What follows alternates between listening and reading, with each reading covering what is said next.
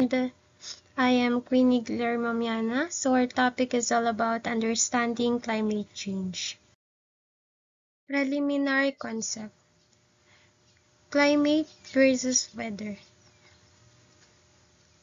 Climates refer to long-term patterns in temperature, humidity, wind, while weather describes short-term atmospheric condition. So we have global warming, the long-term heating of Earth, climate system due to human activities. So, meron din tayong greenhouse effect, the trapping of heat in Earth's atmosphere by greenhouse gases. We have 4 session objectives. First, identify and define key climate change concept. Second, trace the historical development of climate change. Third, trace the contributors of climate change. And lastly, highlight technologies in addressing climate change. The introduction of climate change. Climate change refers to long-term alterations in Earth temperature, weather patterns, and atmospheric conditions driven mostly by human activities such as fossil fuel combustion, deforestation, and industrial operation. These activities emit greenhouse gases, including carbon dioxide and methane, which trap heat in the atmosphere and contribute to global warming. Causes of climate change. Climate change is mostly caused by human activities that raise the concentration of greenhouse gases in the atmosphere. Burning fossil, like coal, oil, and natural gas emits significant volumes of carbon dioxide or CO2, which trap heat and contribute to global warming. So, itong pagsusunog ng coal, oil, and natural gas is nakaka-apekto sa ating kapaligiran, lalo-lalo na sa klima natin. Mas nagiging manipis yung surface ng ating Earth.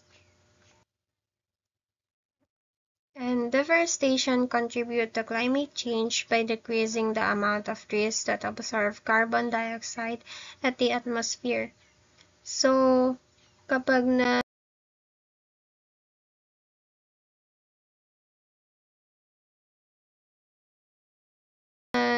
song deforestation is pagsusunog ng puno sa kabundukan, lalong nababawasan yung mga carbon dioxide sa ating paligid at nababawasan din yung mga puno na nagsisilbing natural air natin. So, dito naman tayo sa historical development of climate change. In 19th century, Svante Arrhenius hypothesized the greenhouse effect in 1896. So, the first picture is, ang tawag dito is universal recycling symbol or cycle symbol. So, nire-represent niya ang nire-represent niya ay recycling or sustainability indicates materials can be recycled or reused. So, ang second picture naman is carbon dioxide emissions icon. So, represent carbon dioxide emission, environment impact, and climate change. And third is universal recycling symbol. So, significantly indicate recycling, showing that the materials is recyclable and part of the recycling loop. He is Svante Arrhenius. He hypothesized the increasing atmospheric carbon dioxide concentration could lead to the rise in Earth's surface temperature due to absorption and infrared radiation. This concept was groundbreaking at the time, and the Arrhenius paper, the line is on the influence of carbonic acid in the air upon the temperature of the ground, laid the foundation of modern science. And the historical development of climate change. In 1958, Charles Kelling begins of CO2 monitoring if Mauna Loa Observatory. So she is Charles Keeling. In 1958, initiate continuous monitoring of atmospheric carbon dioxide or CO2 concentration at the Mauna Loa Observatory in Hawaii. He marked the beginning of the Kelling curve and landmark graph illustrating the rise of carbon dioxide level over time, a key indicators of human impact of the environment. Historical development of climate change. In 1988, IPCC established to assess the climate change science.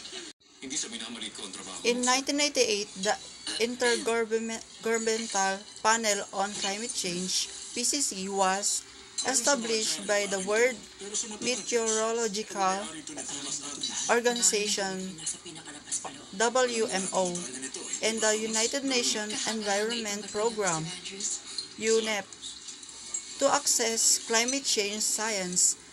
The IPCC's primary role is to provide comprehensive, objective, and transparent assessment of the scientific, technical, economic information related to climate change. Historical development of climate change. In 2000's present climate agreement, Kyoto Protocol, Paris Agreement, increased global awareness.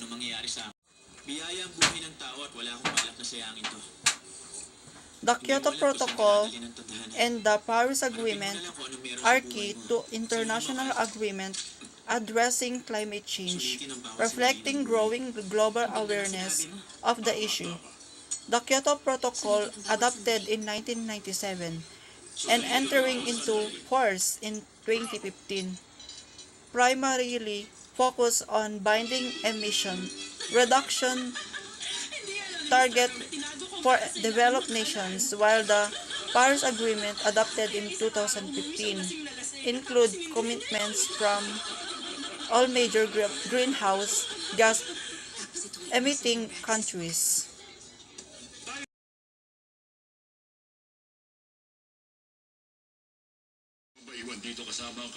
Carbon footprint. Total greenhouse gas emission caused by the individual, event, organization, or product. Ito ay kabuuang greenhouse gas emission na dulot ng isang individual, kaganapan o produkto. Deforestation. The large-scale removal of forests contributing to CO2 emissions. Ang malawakang pag-aalis ng kagubatan na nag-aambag sa mga emisyon ng CO2. And here are some key concepts and definitions. Renewable energy. Energy from sources that are naturally replenishing. Examples are solar, wind, and hydro.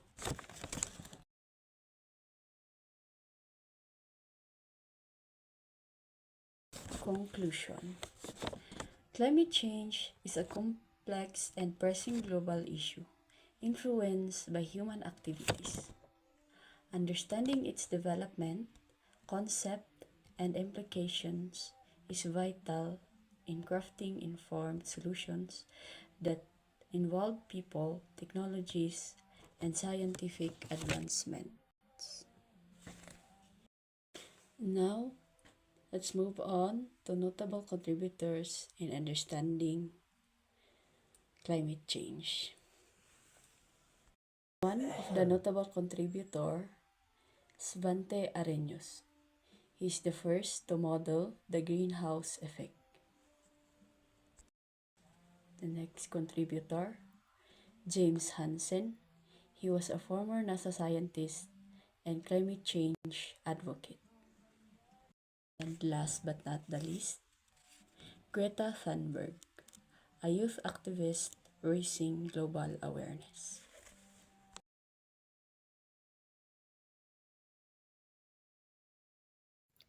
Technologies addressing climate change. Technologies addressing climate change has three key areas. Technologies addressing climate change. Technologies addressing climate change has three key areas.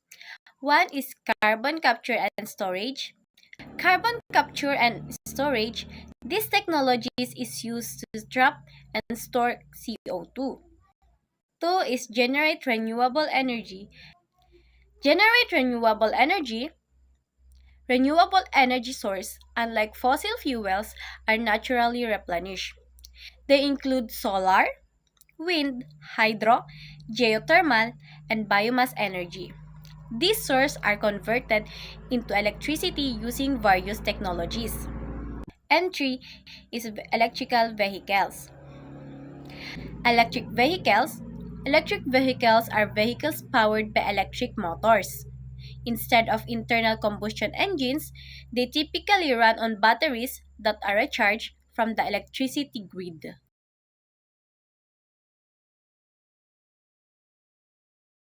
Technologies such as renewable energy systems and carbon capture plays a key role in mitigating climate change. By replacing fossil fuels and reducing emission, they provide sustainable alternatives that shape a more resilient future. Implication of science, technologies, and humans. Science drives climate modeling and environmental monitoring, while technologies offer sustainable solutions and mitigates impacts. And humans face health risk, food insecurity, and displacement.